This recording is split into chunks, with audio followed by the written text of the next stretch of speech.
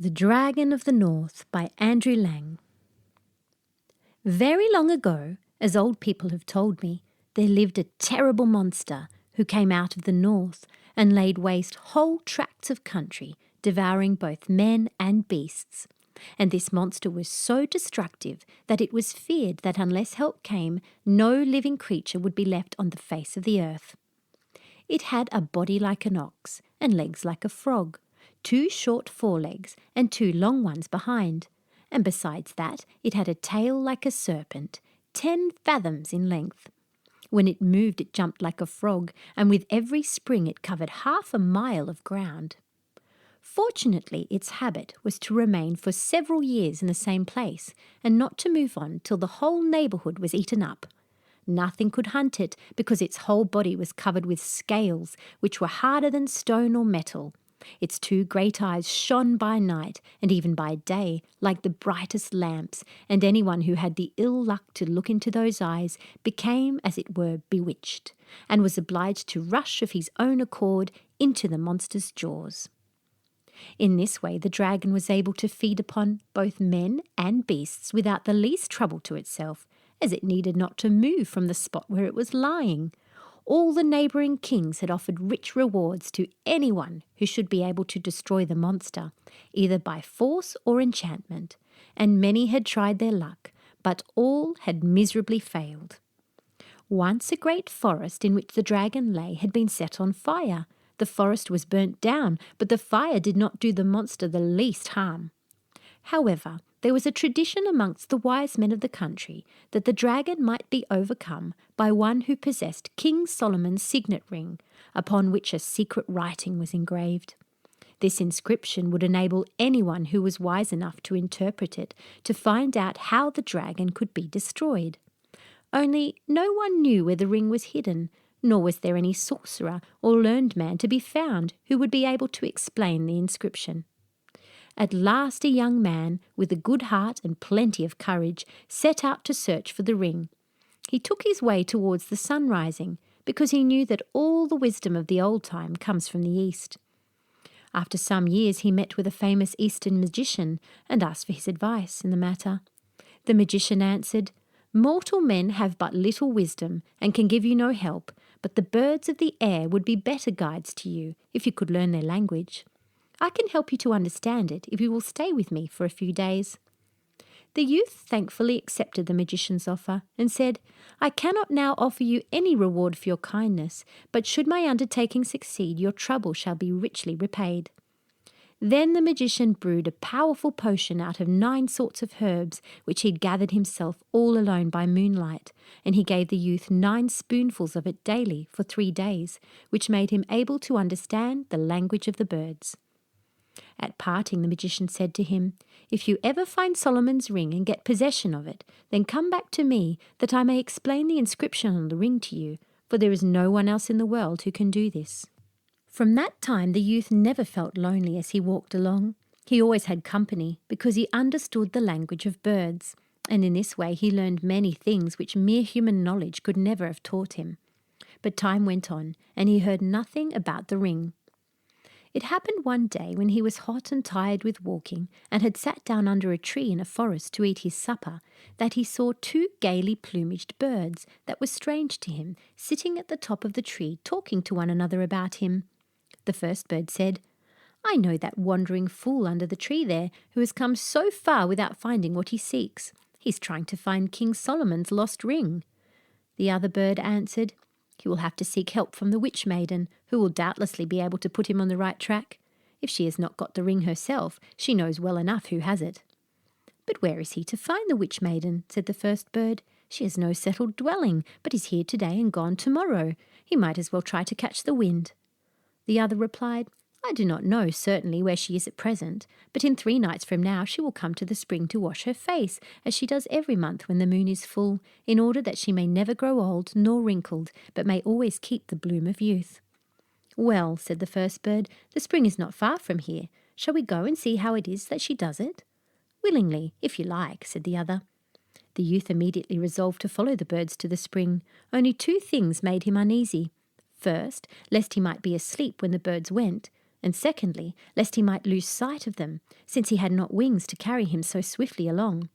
He was too tired to keep awake all night, yet his anxiety prevented him from sleeping soundly, and when, with the earliest dawn, he looked up to the treetop, he was glad to see his feathered companions still asleep, with their heads under their wings. He ate his breakfast and waited until the birds should start, but they did not leave the place all day. They hopped about from one tree to another looking for food, all day long until the evening, when they went back to their old perch to sleep. The next day the same thing happened, but on the third morning one bird said to the other, "Today we must go to the spring to see the witch maiden wash her face." They remained on the tree till noon, and then they flew away and went towards the south. The young man's heart beat with anxiety lest he should lose sight of his guides, but he managed to keep the birds in view until they again perched upon a tree. The young man ran after them until he was quite exhausted and out of breath, and after 3 short rests, the birds at length reached a small open space in the forest, on the edge of which they placed themselves on the top of a high tree. When the youth had overtaken them, he saw that there was a clear spring in the middle of the space. He sat down at the foot of the tree upon which the birds were perched, and listened attentively to what they were saying to each other. "The sun is not down yet," said the first bird. "We must wait yet a while, till the moon rises and the maiden comes to the spring. Do you think she will see that young man sitting under the tree?" "Nothing is likely to escape her eyes, certainly not a young man," said the other bird. "Will the youth have the sense not to let himself be caught in her toils?" "We will wait," said the first bird, "and see how they get on together." The evening light had quite faded, and the full moon was already shining down upon the forest, when the young man heard a slight rustling sound. After a few moments there came out of the forest a maiden, gliding over the grass so lightly that her feet seemed scarcely to touch the ground, and stood beside the spring. The youth could not turn away his eyes from a maiden, for he had never seen in his life a woman so beautiful. Without seeming to notice anything, she went to the spring, looked up to the full moon, and then knelt down and bathed her face 9 times, then looked up to the moon again and walked 9 times around the well, and as she walked she sang this song: "Full-faced moon with light unshaded, let my beauty never be faded. Never let my cheek grow pale, while the moon is waning nightly. May the maiden bloom more brightly, may her freshness never fail." Then she dried her face with her long hair, and was about to go away, when her eyes suddenly fell upon the spot where the young man was sitting, and she turned towards the tree. The youth rose and stood waiting. Then the maiden said, "You ought to have a heavy punishment, because you have presumed to watch my secret doings in the moonlight. But I will forgive you this time, because you are a stranger, and you know better. But you must tell me truly who you are, and how you came to this place, where no mortal has ever set foot before." The youth answered humbly, "Forgive me, beautiful maiden, if I have unintentionally offended you. I chanced to come here after long wandering, and found a good place to sleep under this tree. At your coming I did not know what to do, but stayed where I was, because I thought my silent watching could not offend you." The maiden answered kindly, "Come and spend this night with us. You will sleep better on a pillow than on damp moss." The youth hesitated for a little, but presently he heard the bird saying from the top of the tree, "Go where she calls you, but take care to give no blood, or you will sell your soul." So the youth went with her, and soon they reached a beautiful garden, where stood a splendid house, which glittered in the moonlight as if it were all built out of gold and silver. When the youth entered, he found many splendid chambers, each one finer than the last. Hundreds of tapers burnt upon golden candlesticks, and shed a light like the brightest day. At length they reached a chamber where a table was spread with the most costly dishes. At the table were placed 2 chairs, one of silver, the other of gold. The maiden seated herself upon the golden chair and offered the silver one to her companion. They were served by maidens dressed in white, whose feet made no sound as they moved about, and not a word was spoken during the meal. Afterwards the youth and the witch maiden conversed pleasantly together, until a woman dressed in red came in to remind them that it was bedtime. The youth was now shown into another room containing a silken bed with down cushions, where he slept delightedly, yet he seemed to hear a voice near his bed which repeated to him, "Remember to give no blood." The next morning the maiden asked him whether he would not like to stay with her always in this beautiful place, and as he did not answer immediately, she continued, "You see how I always remain young and beautiful, and I'm under no one's orders, but can do just what I like, so that I have never thought of marrying before. But from the moment I saw you, I took a fancy to you, so if you agree, we might be married and might live together like princes, because I have great riches." The youth could not but be tempted with this beautiful maiden's offer, but he remembered how the birds had called her the witch, and their warning always sounded in his ears. Therefore he answered cautiously, "Do not be angry, dear maiden, if I do not decide immediately on this important matter. Give me a few days to consider before we come to an understanding." "Why not?" answered the maiden. "Take some weeks to consider if you like, and take counsel with your own heart." And to make the time pass pleasantly, she took the youth over every part of her beautiful dwelling and showed him all her splendid treasures. But these treasures were all produced by enchantment, for the maiden could make anything she wished appear by the help of King Solomon's signet ring. Only none of these things remained fixed. They passed away like the wind without leaving a trace behind. But the youth did not know this. He thought they were all real. One day the maiden took him into a secret chamber where a little gold box was standing on a silver table. Pointing to the box, she said, "Here is my greatest treasure, whose like is not to be found in the whole world. It is a precious gold ring. When you marry me, I will give you this ring as a marriage gift, and it will make you the happiest of mortal men. But in order that our love may last forever, you must give me for the ring 3 drops of blood from the little finger of your left hand." When the youth heard these words, a cold shudder ran over him, for he remembered that his soul was at stake. He was cunning enough, however, to conceal his feelings and to make no direct answer, but he only asked the maiden, as if carelessly, what was remarkable about the ring. She answered, "No mortal is able entirely to understand the power of this ring, because no one thoroughly understands the secret signs engraved upon it. But even with my half-knowledge, I can work great wonders. If I put the ring upon the little finger of my left hand, then I can fly like a bird through the air wherever I wish to go. If I put it on the 3rd finger of my left hand, I am invisible, and I can see everything that passes around me, though no one can see me. If I put the ring upon the middle finger of my left hand, then neither fire nor water nor any sharp weapon can hurt me. If I put it on the forefinger of my left hand, then I can, with its help, produce whatever I wish. I can in a single moment build houses or anything I desire. Finally, as long as I wear the ring on the thumb of my left hand, that hand is so strong that it can break down rocks and walls. Besides these, the ring has other secret signs which, as I said, no one can understand. No doubt it contains secrets of great importance. The ring formerly belonged to King Solomon, the wisest of kings, during whose reign the wisest men lived. But it is not known whether this ring was ever made by mortal hands. It is supposed that an angel gave it to the wise king. When the youth heard all this, he determined to try and get possession of the ring, though he did not quite believe in all its wonderful gifts. He wished the maiden would let him have it in his hand, but he did not quite like to ask her to do so, and after a while she put it back into the box. A few days after, they were again speaking of the magic ring, and the youth said, "I do not think it possible that the ring can have all the power you say it has." Then the maiden opened the box and took the ring out, and it glittered as she held it like the clearest sunbeam. She put it on the middle finger of her left hand and told the youth to take a knife and try as hard as he could to cut her with it, for he would not be able to hurt her. He was unwilling at first, but the maiden insisted. Then he tried, at first only in play, and then seriously, to strike her with the knife, but an invisible wall of iron seemed to be between them, and the maiden stood before him laughing and unhurt. Then she put the ring on her 3rd finger, and in an instant she had vanished from his eyes. Presently she was beside him again laughing and holding the ring between her fingers. "Do let me try," said the youth, "whether I can do these wonderful things." The maiden, suspecting no treachery, gave him the magic ring. The youth pretended to have forgotten what to do and asked what finger he must put the ring on so that no sharp weapon could hurt him. "Oh, the middle finger of your left hand," the maiden answered, laughing. She took the knife and tried to strike the youth, and he even tried to cut himself with it, but found it impossible. Then he asked the maiden to show him how to split stones and rocks with the help of the ring, so she led him into a courtyard where stood a great boulder stone. "Now," she said, "put the ring upon the thumb of your left hand, and you will see how strong that hand has become." The youth did so, and found to his astonishment that with a single blow of his fist the stone flew into 1,000 pieces.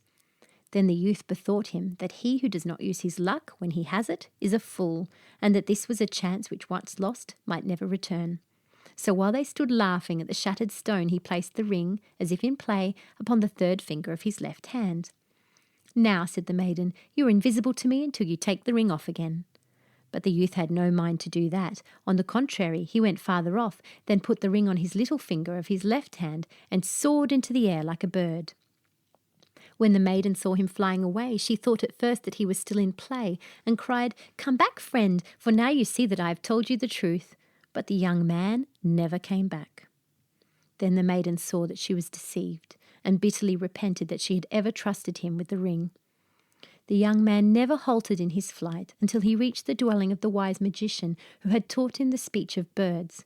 The magician was delighted to find that his search had been successful, and at once set to work to interpret the secret signs engraved upon the ring, but it took him 7 weeks to make them out clearly. Then he gave the youth the following instructions how to overcome the dragon of the north. "You must have an iron horse cast, which must have little wheels under each foot. You must also be armed with a spear 2 fathoms long, which you will be able to wield by means of the magic ring upon your left thumb. The spear must be as thick in the middle as a large tree, and both its ends must be sharp. In the middle of the spear you must have 2 strong chains 10 fathoms in length. As soon as the dragon has made himself fast to the spear, which you must thrust through his jaws, you must spring quickly from the iron horse and fasten the ends of the chains firmly to the ground with iron stakes, so that he cannot get away from them. After 2 or 3 days, the monster's strength will be so far exhausted that you will be able to come near him. Then you can put Solomon's ring upon your left thumb and give him the finishing stroke, but keep the ring on your third finger until you have come close to him, so that the monster cannot see you, else he might strike you dead with his long tail. But when all is done, take care you do not lose the ring, and that no one takes it from you by cunning." The young man thanked the magician for his directions, and promised, should they succeed, to reward him. But the magician answered, "I have profited so much by the wisdom the ring has taught me that I desire no other reward." Then they parted, and the youth quickly flew home through the air. After remaining in his own home for some weeks, he heard people say that the terrible dragon of the north was not far off and might shortly be expected in the country. The king announced publicly that he would give his daughter in marriage, as well as a large part of his kingdom, to whosoever should free the country from the monster. The youth then went to the king and told him that he had good hopes of subduing the dragon, if the king would grant him all that he desired for the purpose. The king willingly agreed, and the iron horse, the great spear, and the chains were all prepared as the youth requested. When all was ready, it was found that the iron horse was so heavy that 100 men could not move it from the spot, so the youth found there was nothing for it but to move it with his own strength by means of the magic ring. The dragon was now so near that in a couple of springs he would be over the frontier. The youth now began to consider how he should act, for if he had to push the iron horse from behind, he could not ride upon it, as the sorcerer had said he must. But a raven unexpectedly gave him this advice: "Ride upon the horse and push the spear against the ground, as if you were pushing off a boat from the land." The youth did so, and found that in this way he could easily move forwards. The dragon had his monstrous jaws wide open, all ready for his expected prey. A few paces nearer, and man and horse would have been swallowed up by them. The youth trembled with horror, and his blood ran cold, yet he did not lose his courage, but, holding the iron spear upright in his hand, he brought it down with all his might right through the monster's lower jaw. Then, quick as lightning, he sprang from his horse before the dragon had time to shut his mouth. A fearful clap like thunder, which could be heard for miles around, now warned him that the dragon's jaws had closed upon the spear. When the youth turned around, he saw that the point of the spear sticking up high in the dragon's upper jaw, and knew that the other end must be fastened firmly to the ground, but that the dragon had got his teeth fixed in the iron horse, which was now useless. The youth now hastened to fasten down the chains to the ground by means of the enormous iron pegs which he had provided. The death struggle of the monster lasted 3 days and 3 nights. In his writhing he beat his tail so violently against the ground that at 10 miles distance the earth trembled as if with an earthquake.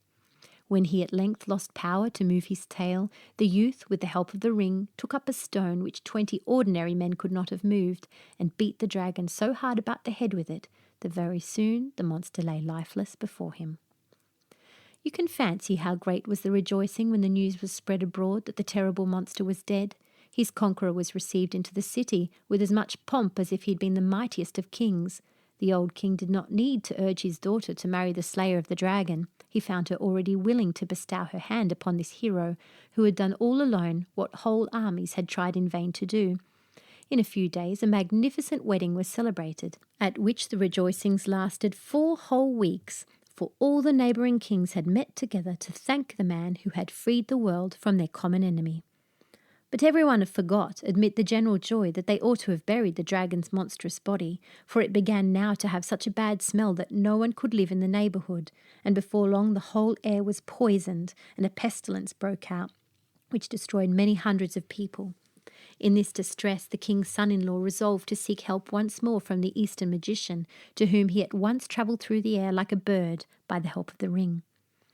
But there is a proverb which says that ill-gotten gains never prosper, and the prince found that the stolen ring brought him ill luck after all.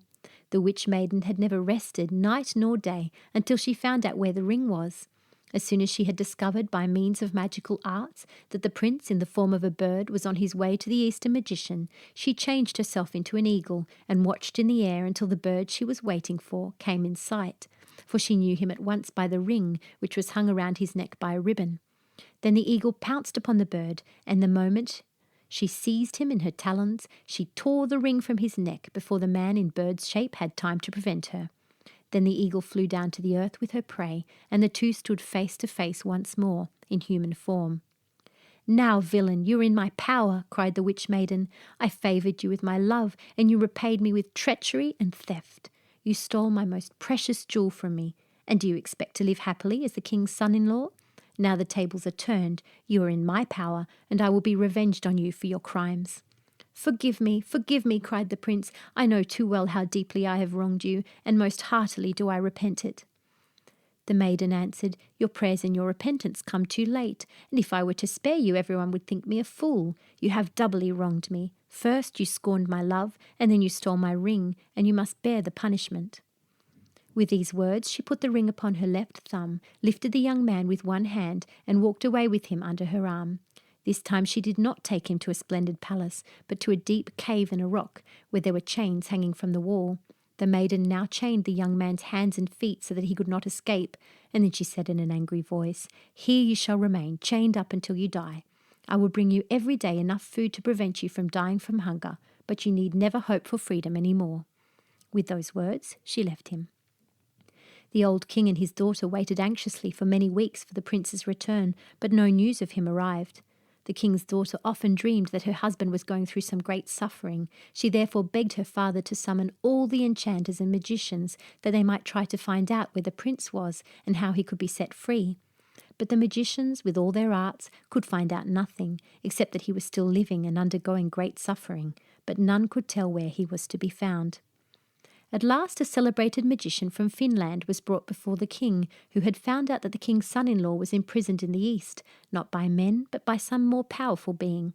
The king now sent messengers to the east to look for his son-in-law, and they by good luck met with the old magician who had interpreted the signs on King Solomon's ring, and thus was possessed of more wisdom than anyone else in the world.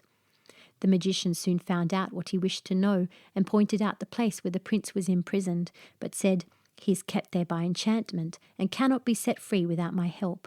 I will therefore go with you myself." So they all set out, guided by birds, and after some days came to the cave where the unfortunate prince had been chained up for nearly 7 years. He recognized the magician immediately, but the old man did not know him. He had grown so thin. However, he undid the chains by the help of magic, and took care of the prince until he recovered and became strong enough to travel. When he reached home, he found that the old king had died that morning, so that he was now raised to the throne. And now, after his long suffering, came prosperity, which lasted to the end of his life. But he never got back the magic ring, nor has it ever again been seen by mortal eyes. Now, if you had been the prince, would you not rather have stayed with the pretty witch maiden? The end.